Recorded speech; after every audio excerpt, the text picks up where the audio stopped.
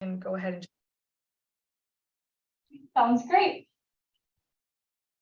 So some things I'm going to cover today are just kind of press release 101, how to write a press release and how to go about sending them out to your local media outlets, what kind of stories to pitch to media, what would be interesting to media, and how to go about pitching them, and some just tips and tricks that I have that I think could help you to attract media coverage, and then also some best practices to communicate with media, and just some things that I think people might not think about with what the job of a reporter is that can help you work with media.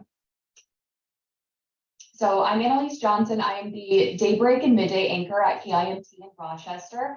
I was born and raised in Decorah, Iowa. I received my degree in communication studies from Luther College in Decorah. I lived in Rochester for my first 3 years of my career at KIMT, but have since moved to Harmony, Minnesota, and I've lived in Harmony for about 2 years, and I commute to Rochester. Before I was the daybreak anchor, I started as a multimedia journalist, what are also known as reporters, and then was promoted to weekend anchor about 2 years in, and then was promoted to the morning position about a year ago. So what is newsworthy? You know, what warrants a story that you should pitch to a news outlet? The question that we as reporters are asking ourselves every day is, why should the community care? And so that is the question that I would urge you to ask yourself when you're thinking about things that you would like to attract media coverage for. If you can answer this question, then you have a story. You know, I could go on forever about different ideas that this could apply, but you know, like, how is money being spent? How are the tax dollars in your community being spent? And what is something that you can show off? Historic projects going on in your community. If it's something that the community uses or will benefit from, either the entire community as a whole, you know, an amenity like a new fire hall, or something, you know, that will just benefit a certain population, like this will benefit seniors or veterans or kids, moms. Does it, you know, is this something that answers a common community question, a common community concern? Does it improve public safety? Are you trying to get the attention of lawmakers to fund your bonding bill? So again, I could go on forever, but just this is the question to consider, because this is the question that we as journalists are always thinking of. So press releases, honestly, I found this on Google. There are a lot of different resources that you can find online to physically go through the steps of writing a press release. But what I want to point out are the most important things that I am looking at when I'm reading your press releases, to consider if it's something that I want to pitch to my managers to cover for that day. And because, to be honest, you know, press releases, sometimes they can be long, sometimes they're not. Reporters are not going to read the whole thing before they pitch it to their managers, because they simply don't have time. Our reporters have about 10 minutes before their daily meeting, where they have to come in with ideas for what they want to cover for the day. Some stations even require reporters to find those ideas on their own time and to come in with ideas at the beginning of their shift, ready to go. So we are floating through our emails, we're going on the web, and things have to catch our attention relatively quickly sometimes. Of course, sometimes if we get a press release in advance, sometimes it flags our attention and we kind of already know that that's going on. And so some of the most important things are the email subject line. Like, that should tell me the most important part of your story right there and be kind of attention grabbing. Same thing with the headline in the press release. And then at the top, I really recommend having either like a bulleted summary or a short, you know, couple sentence summary of like, what is the story? Like, that should tell me really everything I need to know, is this something that I should prioritize today? Is this something that I should be interested in? And then contact information. Contact information is so important and should also be near the top of the press release. And this should be the person designated to fielding any questions about this story. So if you send a press release and you have the contact information on there, be prepared to be contacted, because there are times that the designated contact person on a press release, we might be calling them, emailing them, and we're not hearing from them. I've contacted someone off of a press release and I get an out of office message. And so just be prepared to be contacted, and be prepared to possibly have to set up an interview. And there's also been times where say I get a press release on a Monday and I call them wanting an interview that day, and the person tells me, oh, well, I really want you to talk to this person, but they're not available until tomorrow. If that's the case, maybe hold off a day on sending the press release, and unless it is something that you really want us to know that day, or just specify in the press release, like, we're gonna have an interview available beginning Tuesday. So then you're not fielding a bunch of calls that you're not able to accommodate that day. And then in the press release, the who, what, when, where, and why, all your standard things. And I also would encourage you to be as concise as possible, because like I said, reporters are kind of skimming those press releases, and so they need to grab the most important details. Other things that you can include in a press release, if you have any data, statistics, facts, the history of a project, you can include that later down. That might be something that doesn't get read right away by the reporter, but maybe if they've picked up your story, later they might go back and might be pulling in some of that information as they're writing that story, and that can just be helpful. Same with, you can attach graphs, design mock-ups if it's some sort of construction related project, because then we can pull those in as visuals for our story. Feel free to include quotes. Quotes for a reporter, they're probably not going to use them because they're going to go get their own interview. But if this is a story that maybe our web team is going to pick up to write a little article on, or a producer is going to grab to put into their show without a reporter, we might grab them. Also, you could include like who is available for interviews, and include a little bit about them. And then also, if there are video opportunities, like, we would like you to come here and we have, you can take video of this and this and this, so that reporters already know what kind of visual elements they would be able to have available to them for the story. So if you're sending a press release that is specifically involving a media event that you're holding, just some common ones that we get are, press conferences, tours of some sort of facility or place, or if you're just offering up kind of a set interview availability on a topic, something you want to get out there. You can even give us time slots if you want. You could either say, John Doe is going to be available from this time to this time on these days, or you can just say he's available, contact us to schedule. Ribbon cuttings. Sometimes on press releases we get RSVPs, and I sometimes have some mixed feelings about RSVPs. I understand why some places use them, and so I totally understand if you need an RSVP for a capacity issue or like a security clearance issue.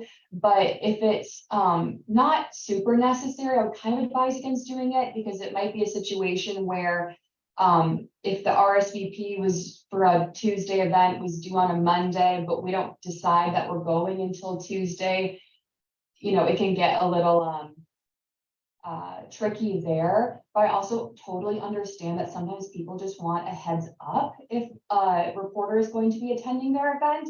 And so sometimes I kind of prefer it if on the press release they just say, just let us know if you're going, you can text or email this person. So that's a little bit more informal. But again, I understand why RSVPs are there, but just some food for thought. Media events, I recommend having something visual. If you are going to have a media event, something that we are able to take video of. This is obviously less important for newspapers, radio. I'm kind of coming from the perspective of TV, where we have kind of a bigger laundry list of things that we're looking for. But I'm sure that newspapers would like taking pictures of something too. And so, if we're taking a tour of something that we can take video of, if there's people doing something that we can take video of, that is all good. And I would also recommend keeping media events short, because reporters have a packed day ahead of them. Typically, it's probably not the only story that they're going to that day. And so typically our reporters can't spend more than like an hour max somewhere. But of course, if this is like a something that you're inviting the community to as well, and it's going to be going on for a couple of hours, then try to see if there's a way that you can help the reporters make sure that they can get everything that they need in a short amount of time. Maybe offer the interview up front and then let them take video as they need, and then they can get out and go whenever they want, and then the event can continue without them. Another thing that I really recommend, this isn't a requirement, but something that can be really nice, and I'm always really excited when this is happening at a press event, is that if I'm going to a press event and they don't just have the president of something or a city official, it's nice sometimes when they have a quote real person there. And what I mean by that is someone who is maybe going to be impacted by the project that you're showcasing. If you're unveiling a new playground, if there's some local mom that who would be there and be willing to talk to reporters about how excited she is about it. If it's a major employer that's expanding in your community, or they're building a new facility, is there an employee that they would allow reporters to interview who's really excited about it? Because sometimes our managers want those kinds of interviews included in our story. And so if they're there for us, it's like a one-stop shop. And then also sometimes reporters might get told like, well, you need a community perspective, so go hang out in front of the local gas station or wherever and see who you can find. And then like, who knows who we're going to find there, and so that way it's both convenient for the reporter, and then also you have a little bit of control about kind of who you're putting in front of the camera. On the right side of this page, I kind of included just a little bit of information about how you can set up these, the who, what, when, where, and why of these details when you're having a media event where you have interviewees or a tour. So once you've created your press release, if you're wondering who to send it to, most places have a general media tip email and tip line. I would recommend going with email. We don't, like, some places have secretaries that are answering the tip line or assignment editors. We don't, it just goes to voicemail. And so I would recommend sending to email if you can. Send to the general email, but then also on our website, and I have a little cutout of KIMT's website, you can find under the news team, like the news director's email, assignment editors, send them to producers, and of course the anchors and the reporters. And so if you just cast a wide net, it'll get to the right place, but generally, especially the tip email is what is most important to have included on those emails. So when you're considering when to send your press release, think a little bit about timing this. So I've had people before contact me in the spring, letting me know that they're going to have this community walk again in the fall. And that's great. I appreciate the heads up, but like, I'm not even thinking about the fall yet. And so just think about that a little bit when preparing to send those out. And so I would say, send a press release anywhere from like a month to a week in advance if it's something that has a lot of pre-planning, and that will mostly just get you on the outlet's radar. Like, I wouldn't expect a response from the station. It's probably just getting compiled into like our databases that we have of like at KIMT personally, we have kind of like a calendar set up where we can put up a bunch of different things that are happening any given day and pull up those press releases or articles. And then, but also press releases can come in as late as a day or two before or the morning of, or say if you did send a press release 2 weeks in advance, I would recommend following up. You can just resend out the same press release a day or two before, or again, the morning of. Something to be mindful of is that typically most outlets have a morning meeting, usually around 9 a.m. and an afternoon meeting around 2 p.m. And so the daytime reporters are getting their assignments at 9, the evening reporters are getting their assignments at 2. So if you send it around 7, 8 a.m., that's really great timing because the entire staff will see that before both of those meetings. And then you kind of have another opportunity. Say if you send something at 11, they'll see it before 2. However, it is possible that even by 11, the station's already decided what the nightside reporters might be covering. So I'd say try to get them in before 9 a.m. But like if you send something at 10 that's happening at noon, that's going to be kind of tight because the reporters might already have their assignments. That doesn't mean they can't get rerouted, but again, it just gets more difficult. So say you listened to everything that I just told you, you kind of did everything right, and the press still didn't show. Some reasons for that can be just like anywhere, media stations are going through staffing shortages. We have less reporters than we did even just 2 years ago. And that's industry wide. That's not just Rochester. It also can be, and then also with staffing shortages, we also just, even when we are full staff, we only have so many bodies that we can physically send to something. We only have typically a few reporters every day. On the weekends, we usually only have 1, maybe 2 reporters. And so travel times, say if it is a Saturday event and we have 1 reporter, well, if there's something really cool going on in Albert Lee, but then there's also something really cool going on in Mabel, it's just not physically possible for our reporter to go to both things. And so we're going to have to pick and choose. It's also possible that a station might have been planning on going to to a story, but breaking news can happen at any time. And that is something that we just have to make split decisions on.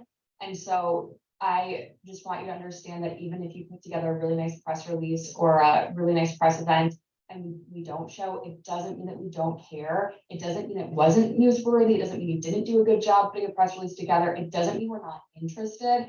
It's just sometimes there are circumstances where we just can't come.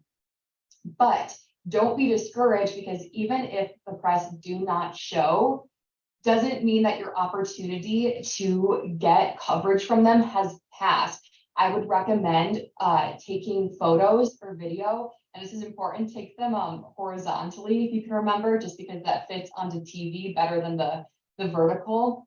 Grab some photos, grab some video, and re-forward those back out with some information about how the event went, because producers can still grab those and put them into their show for the day. So I'd recommend not waiting too long on that. If you could even send them out like same day, shortly after the event, I would really recommend that. Even next day is fine, but if you wait like a week to send us some follow-up photos or videos about something that happened the week prior, it's getting a little too long, far out at that point. And now here are some kind of advice I have on ways that you could get some media coverage without having a reporter come to your press event or come to a story on your town. So producers, and when I say producers, those are the people who are physically putting together the newscast. They are choosing what, besides the reporter stories that they're working on, what other stories are we filling the newscast with? They're grabbing local stories and regional stories and national stories, and they're writing them and finding video for them and compiling them into the newscast. They're writing the majority of what the anchors are saying. And so contact the producers and the anchors of different shows. Anchors often are kind of assistants to their producers, helping them out. And so if you have a story that didn't get picked up with a reporter, contact them, and they might still be able to get some information into their show about it. Also, I would recommend targeting weekend, morning, noon, and early evening, like 4 p.m. newscasts, because those shows typically have the lowest amount of resources. There's less reporters assigned to those shows often. And so they're always looking for content. I used to be the weekend anchor, and so I would be scouring social media, scouring our emails for any little press release, and I would write up a ton of different random local stories that were coming through to us just because I had less content available to me. And so I was always looking for those kinds of press releases and stories. And again, same thing of include those photos and those videos, because even though a reporter is not going and taking their own video for the station, we can still use the video that you send us. You know, cell phones are so nice nowadays. A lot of reporters even shoot off their cell phones sometimes. You also, another option could even include a short interview if that's something that you're comfortable with. Again, you don't have to have a fancy camera. You don't have to have a fancy microphone. As long as you're shooting in a quiet area, send us like a 1-minute interview and we can cut that down and also put that onto the newscast. Like, just for an example of one that I've used as a, well, not that recently, but like the DNR, the Minnesota DNR often sends these press kits. And they do shoot them off of like professional cameras, but you definitely don't have to. And so they sent us a bunch of information this fall about like the start of deer hunting season. And they had a couple little interview snippets that then we could kind of steal and put into the newscast without having to do an interview with them. Another thing to consider is preview stories. And what I mean by that is just because maybe something is happening in your community on a Friday doesn't mean that the station has to do the story on Friday. You could get in contact with, specifically, I would recommend morning reporters or morning anchors, because like our morning anchor, Alex, for example, she will film stories on Thursday to put them together for the Friday morning newscast. She kind of works in advance. She doesn't go to those kind of day of stories. And so she could do an interview with you on a Thursday. And then that morning on the Friday morning news, say, okay, happening today, this community event is happening in this town. Here's all about it. Here's the interview with that community.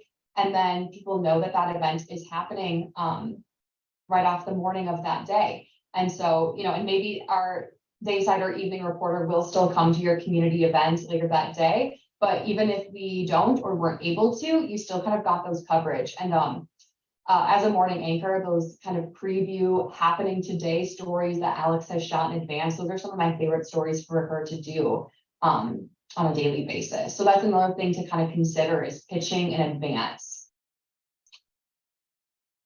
So this is kind of a catch-all page of just things that I think are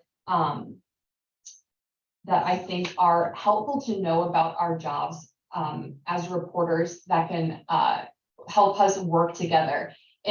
So yes, we just got done talking about press releases, but if you have a story idea that's maybe like not as formal, or if you're just even just trying to feel out maybe if the station's even interested, you know, when you're forming these relationships with reporters, we have work cell phones, most of us.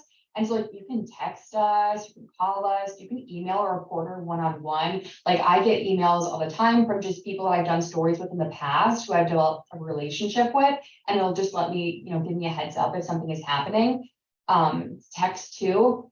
Another thing to know is that reporters are often, especially in today's world, one-man bands. And so KIMT, for example, we do not have any photographers.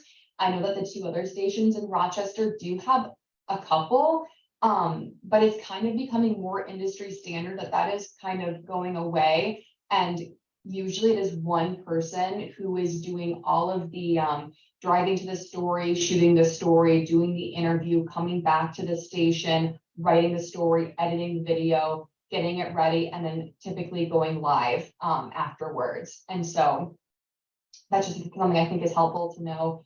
And while I do recommend forming relationships with reporters, someone who can maybe kind of be your go-to, do keep in mind that it is typical for reporters to move on after 2 to 3 years. This isn't, it doesn't mean that something's like wrong with the station that they're at. That's just kind of the industry standard. Usually people are starting in smaller cities and move on to bigger cities.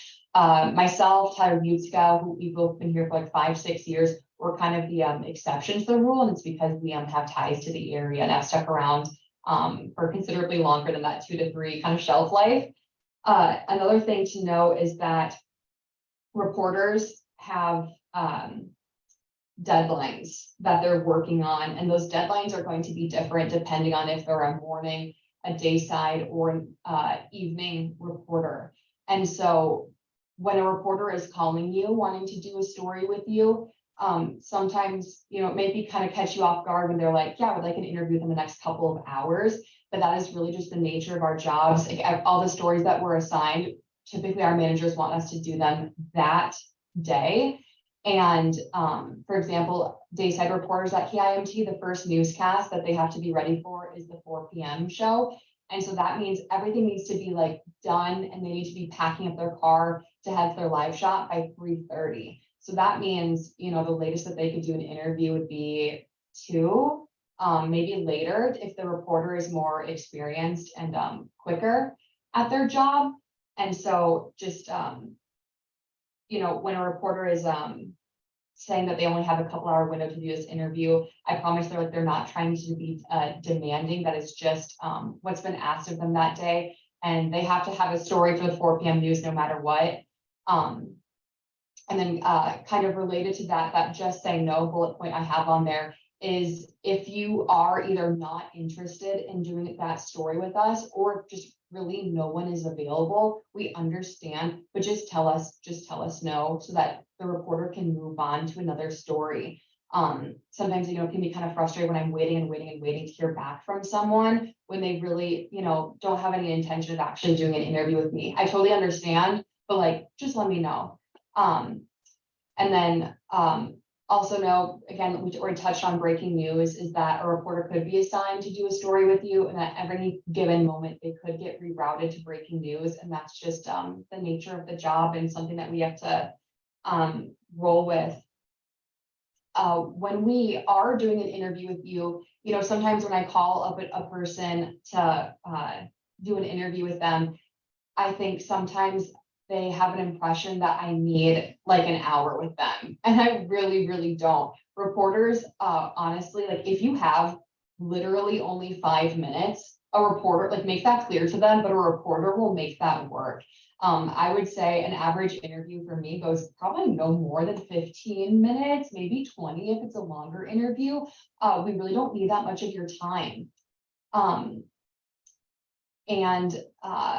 Another thing that I have on there, when I write positive and negative stories, what I mean by that is that, of course, we love coming to your communities and covering positive stories that you're excited about and proud of. Those are my favorite kind of stories to do.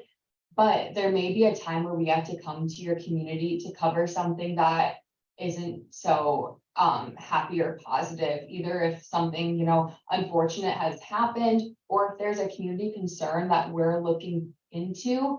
I understand that different businesses or municipalities might have different kind of public relations strategies going into those situations, but sometimes it can be frustrating when places are always contacting us wanting to come to these positive stories, and there's no response when we're contacting them about something that they maybe don't want to talk about. And so I think just part of having a good relationship is just about a little bit of that give and take. The media isn't out to get anybody. We're just doing our jobs, and so I understand there's certain things you can't talk about, but just something to consider. Story angle. So what I mean by that is that a reporter may contact you with a specific angle for a story that they have in mind. And sometimes that works out great, but there have been plenty of times where I've contacted someone thinking that I'm going to do a story about A. But then through talking to them, sometimes they've been like, well, actually, you're on the right track, but I actually kind of think that B would be a good story. And sometimes I find an even better story than what I sought out for in that conversation. So don't feel afraid to do that. If you're thinking I'm not quite sure if that's the best way to do that, what do you think about this? However, at the end of the day, it is part of the reporter's job for them to kind of lock down on that angle. And so if they are set on an angle, or even if their manager is set on an angle, then there's not, you may not be able to sway them in that. Our stories, sometimes when we do stories with people, they don't realize that TV is pretty quick, and so a story can be anywhere actually on air from 20, 30 seconds on the short end to 2 minutes. So I say that's pretty standard. There are sometimes more in-depth pieces that can be longer than that can be 3-4 minutes, but those are less common. And then another thing to know is that sometimes I get requests to have questions to review. Sometimes someone who I'm interviewing wants to read the questions in advance.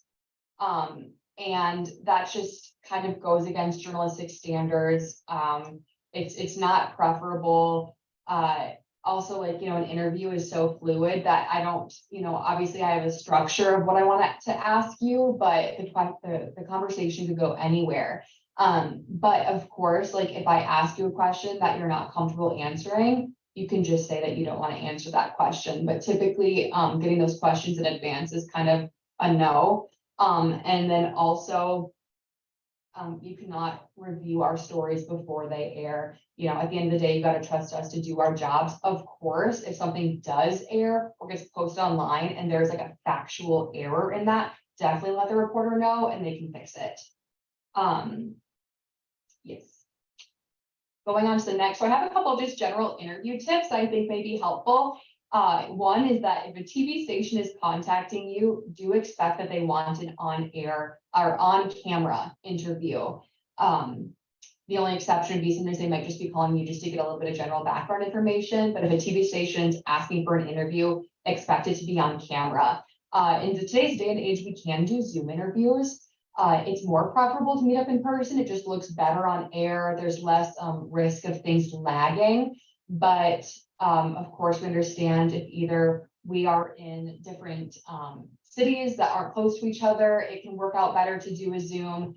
We also can record phone call interviews, but this is the least preferable because of that lack of that visual aspect. And that our viewers can't see your face as you're speaking. And so if you can, if you aren't able to meet up in person, I would recommend that you offer to hop on a Zoom call or a FaceTime call or any sort of video messaging over a phone call at all possible.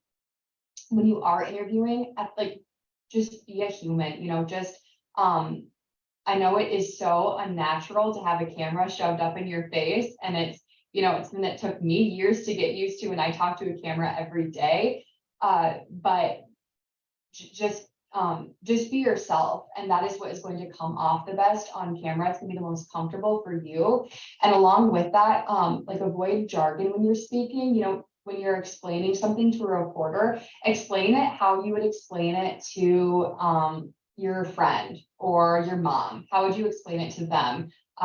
Those that comes off the best in an interview. Also, don't be afraid to have some emotion. And what I mean by that is, you don't need to give this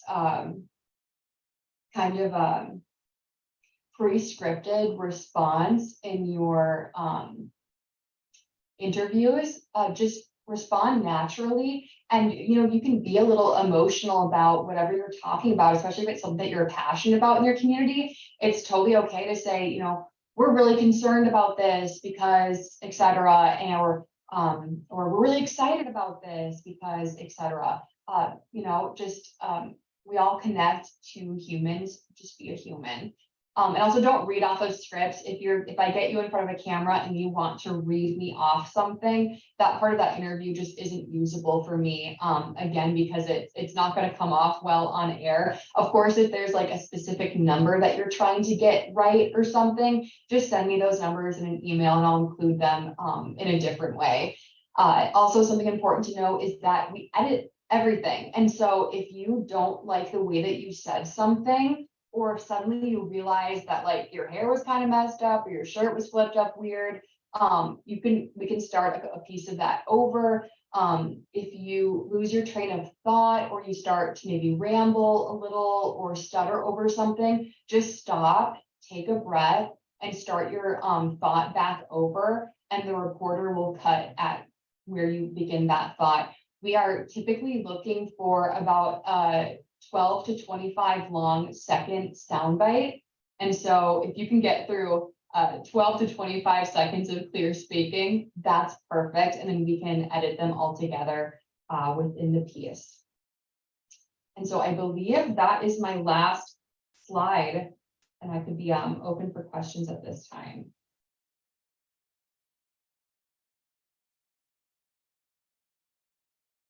Thank you so much, Annalise. I think that that was wonderful information. Anyone that has questions can type them into the chat or the Q&A, and we would be happy to have Annalise answer those.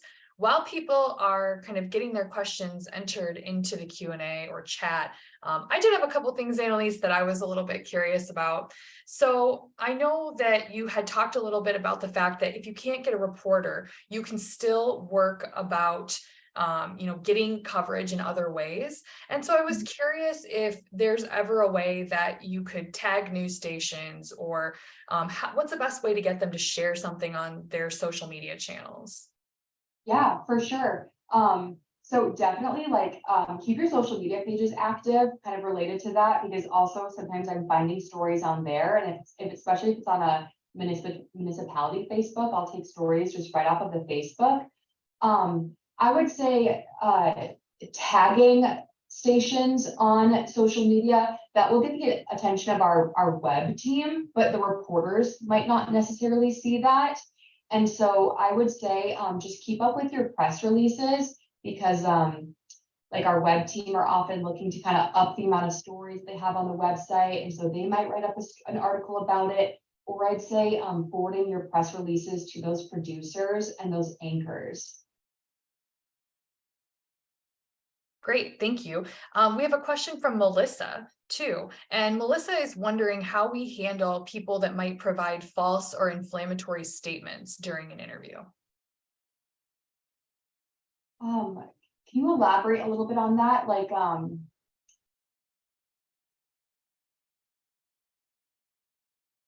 Would this be like if I'm like interviewing some person about like in the community who's upset about?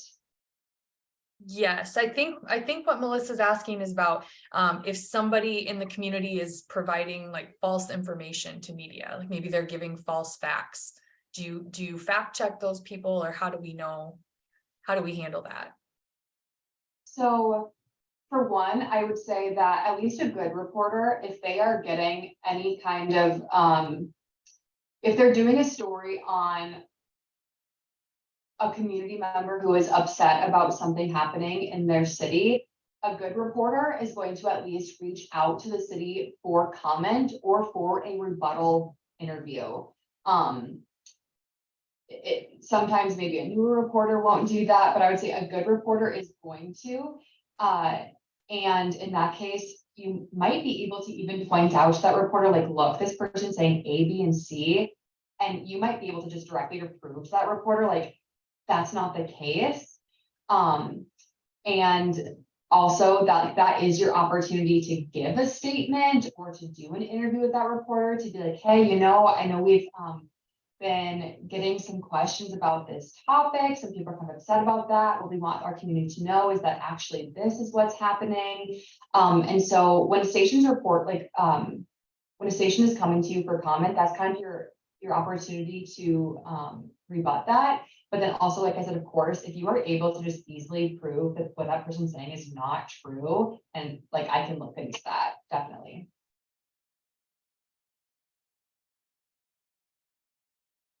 Melissa, was that helpful?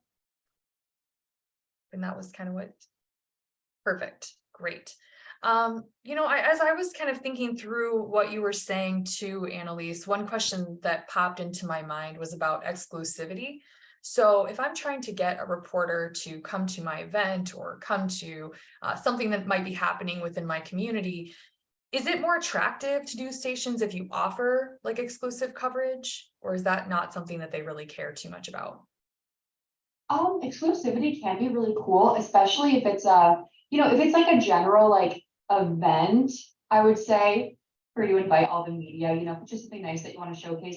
But if there's like a really, really cool story happening, something that maybe wouldn't necessarily even warrant like I'm trying to think of an example, but I would say if you want to offer exclusivity, that can be more attractive, but don't feel like you have to.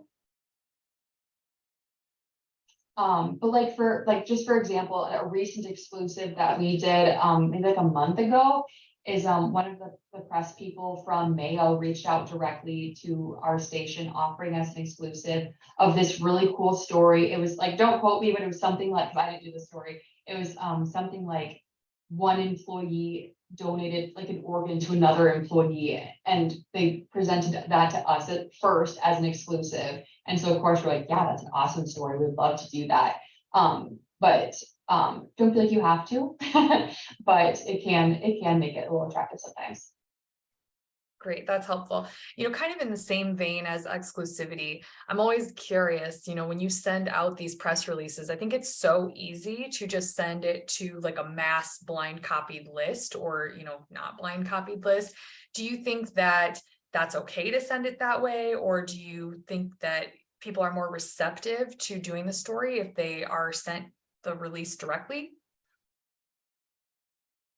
I think there's nothing wrong with sending it out as a big blast, but it definitely does catch my attention more when I can tell that it's been sent like directly to my email address. There's plenty of times where something comes just to me or a couple of other reporters like, hey, Annalise and Alex and Tyler, are one of you interested in this? Just because I get so many emails every day. When something is a little bit more personal, it might just grab my attention faster in my inbox. Awesome. And I would that say, kind of- Annalise, too, that you were really easy to get a hold of. I mean, your email address is just out there on the web. So it is very easy for people to look up, news anchors and be able to contact them. You aren't inaccessible. Right, yeah, and also a lot of us have like public Facebook pages, a lot of us have Twitter that are specifically for work, and so there's a million avenues to get a hold of us.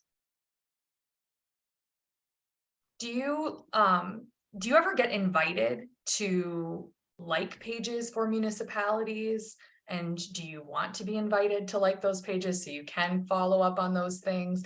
Or is it something that you just try to not follow? I do, and so actually, even on like my personal Facebook, I have liked, I'll like just about anything on my Facebook. Like I've liked random churches in a bunch of random towns, because sometimes you can find random cool obscure stories there. I follow a bunch of local businesses in different towns in my community, all of the local like city pages, fire department pages, ambulance, police. We follow all of those. And so that's also how I find a lot of stories. And so also, even if you're not sending press releases, keep your social media active, because it's not just your community who's looking at them, it's also media.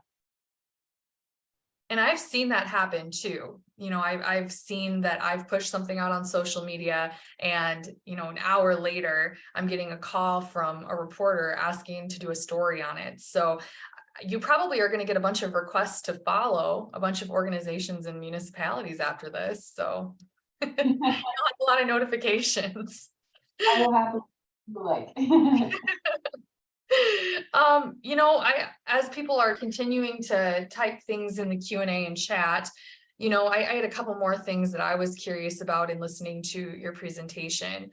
As you were talking about interviewing, I got to thinking that, first part of the question is, do you ever interview more than one person for a story or at a time? And then kind of a second part to that question is, do you have any thoughts on who the right person is to list to be interviewed, right? Maybe it's not the city administrator or the economic developer. Like maybe a better story is having a business person that's being willing to be interviewed, or somebody else on staff that has a different insight.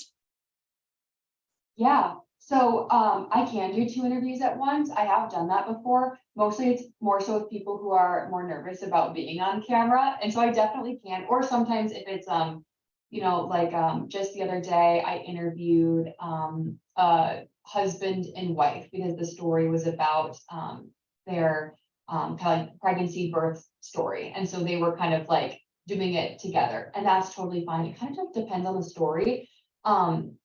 So we can do them together, we can do them separate. It kind of just depends on what people are comfortable with and just the subject matter. But especially if those people are providing 2 completely different perspectives, then it's probably better to do them separately. And then, yeah, I think that sometimes, like you said, the city administrator or whoever may not be the most impactful interview, or maybe that's someone that I can just chat with just to get some of the basic information about the story, and just some of the kind of facts and figures behind it. But then, like you said, maybe if this is an initiative, maybe a city is doing some kind of initiative to improve, to draw more businesses downtown, or draw more people downtown, then yeah, like let's get a business owner in front of the camera to talk about their experience and why they are caring about this project. Perfect. Yeah, I always kind of am a little bit curious about that, right? Like that maybe I'm not the best person to interview. So I think knowing that there can be other people that could be a better fit, thinking through that as you're doing the press releases is helpful. Hillary, I think you have a question.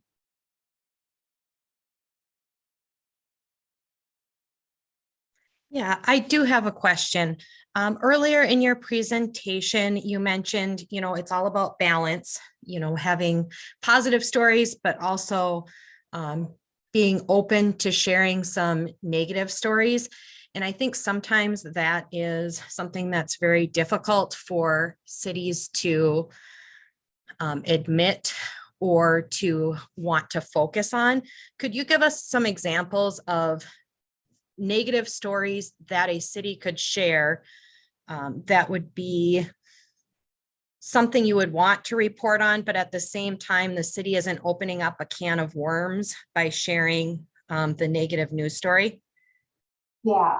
And I'd say, like, I don't think that it's something, unless it's something like is going to come out one way or another and you want to get ahead of it and contact media. I don't think it's something that you need to go seeking out from media, but they might seek it out from you.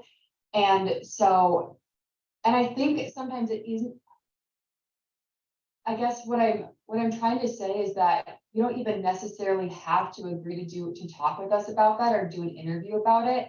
It's just sometimes frustrating when a community is really welcoming and really wants me there when there's something really great happening, and then they'll like ghost me, won't respond to me when something not so great has happened. Like, even just in a response, I appreciate. And so, and I completely understand if it's like, ooh, like, we recognize that people in town are maybe talking about this not so great thing. Here's it, like, you can just give me a statement if that's what you're comfortable with.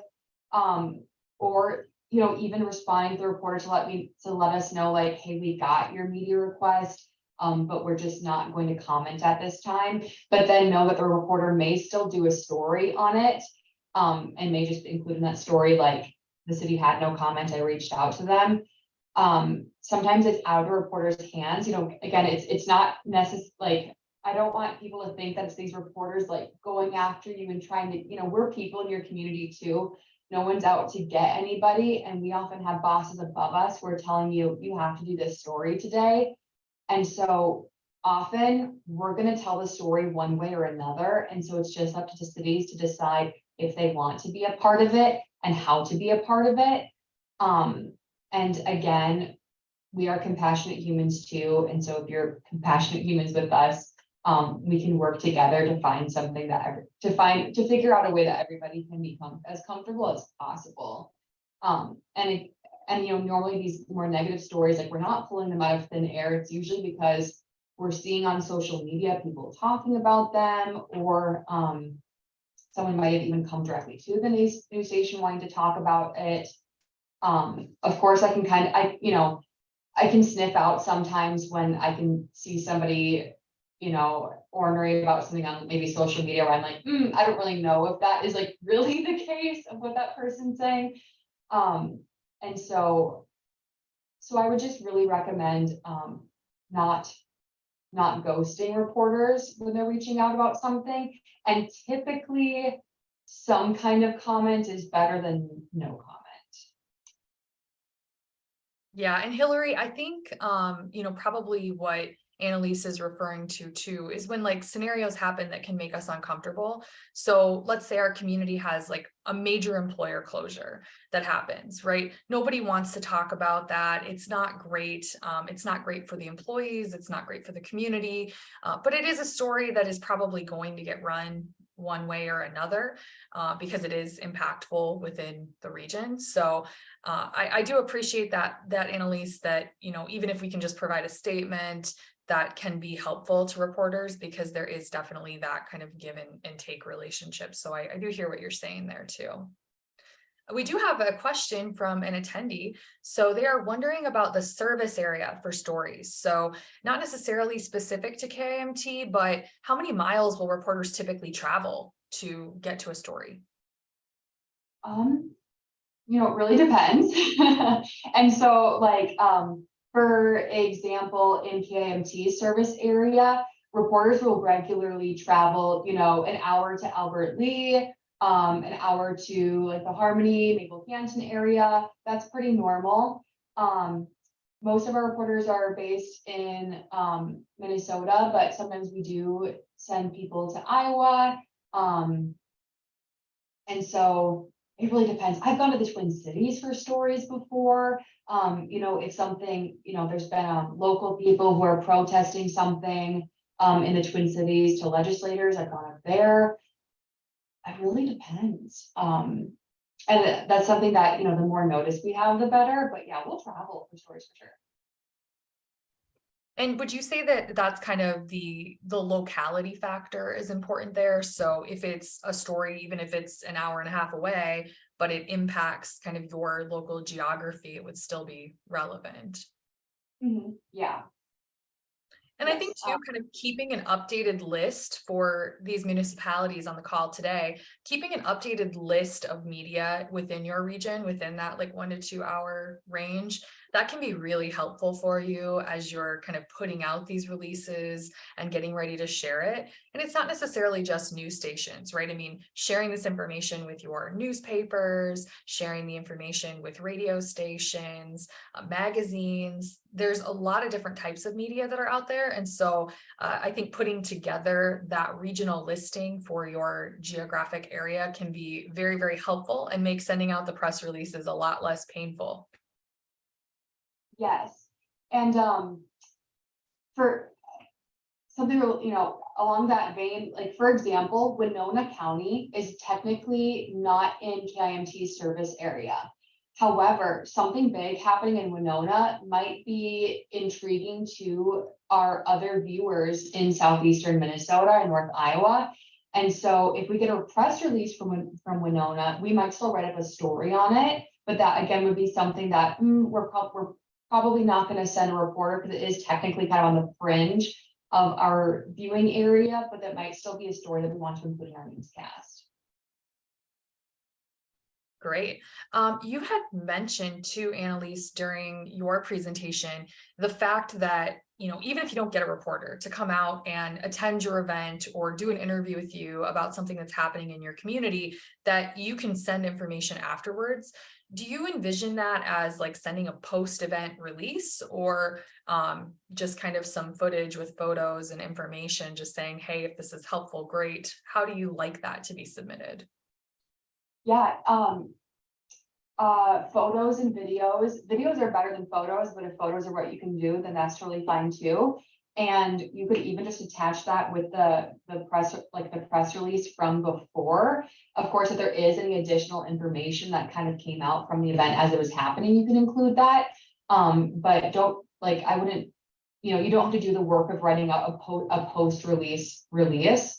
And again, because that can also maybe kind of delay how quickly you can get that to the media.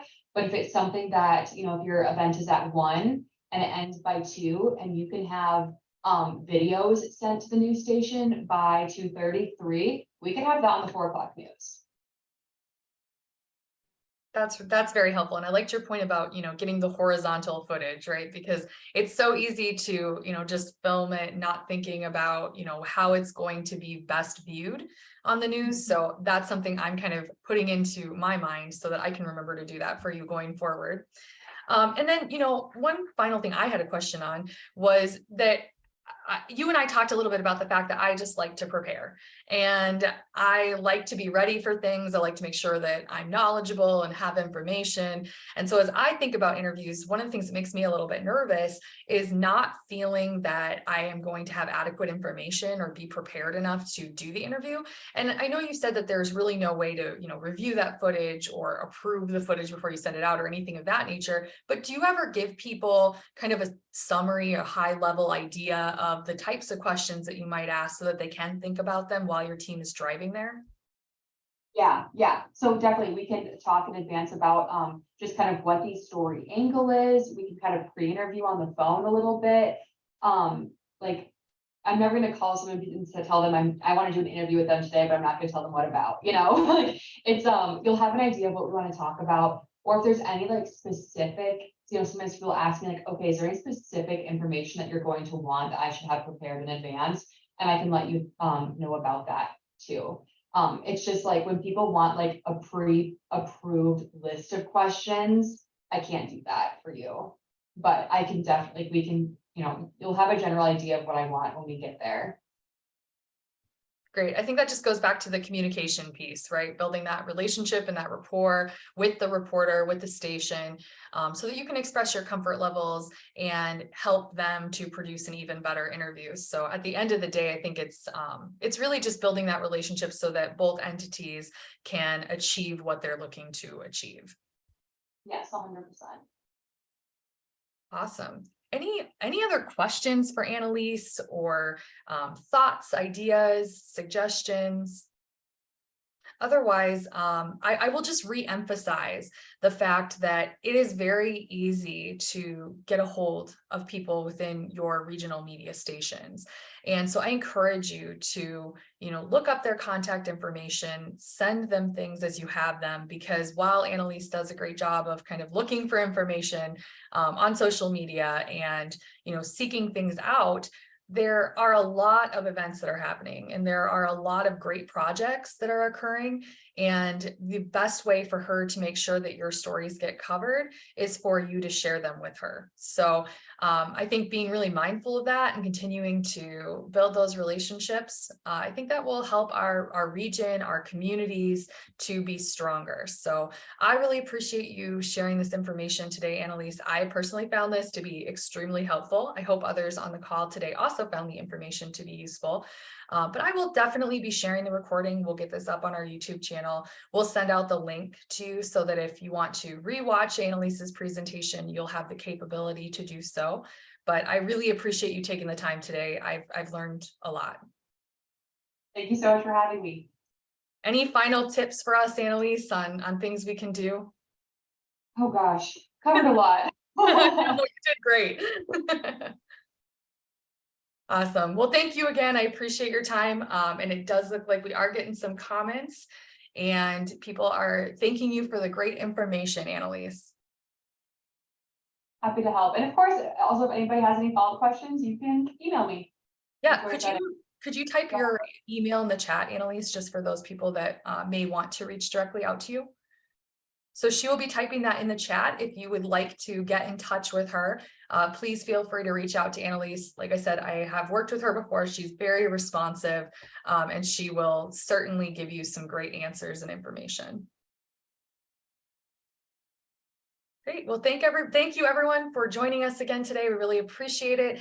Just a quick little plug that we will be having a event in Harmony on March 1st. So if you do follow CETA's social media, please feel free to join us. It is a social media marketing class. So that one is geared a little bit more towards business, but will still be very applicable to communities as well. So I believe they're having that at Harmony Spirits. So should be a really fun event for everyone to join. It is on, so Carrie, that event is on our social media and also our Eventbrite page. But when we send out the link to everyone with this recording, we'll also include a link to the March 1st event too. And Allison is plugging the Harmony Spirits event on March 1st too. So Allison was a big part of the planning there. So I know it's going to be a great event. Awesome. Well, thank you guys again. I really appreciate everybody's time today. Annalise, you did a wonderful job, and I really am grateful for the information. Thank you again for having me. I appreciate it. No problem. Have a great day, everyone.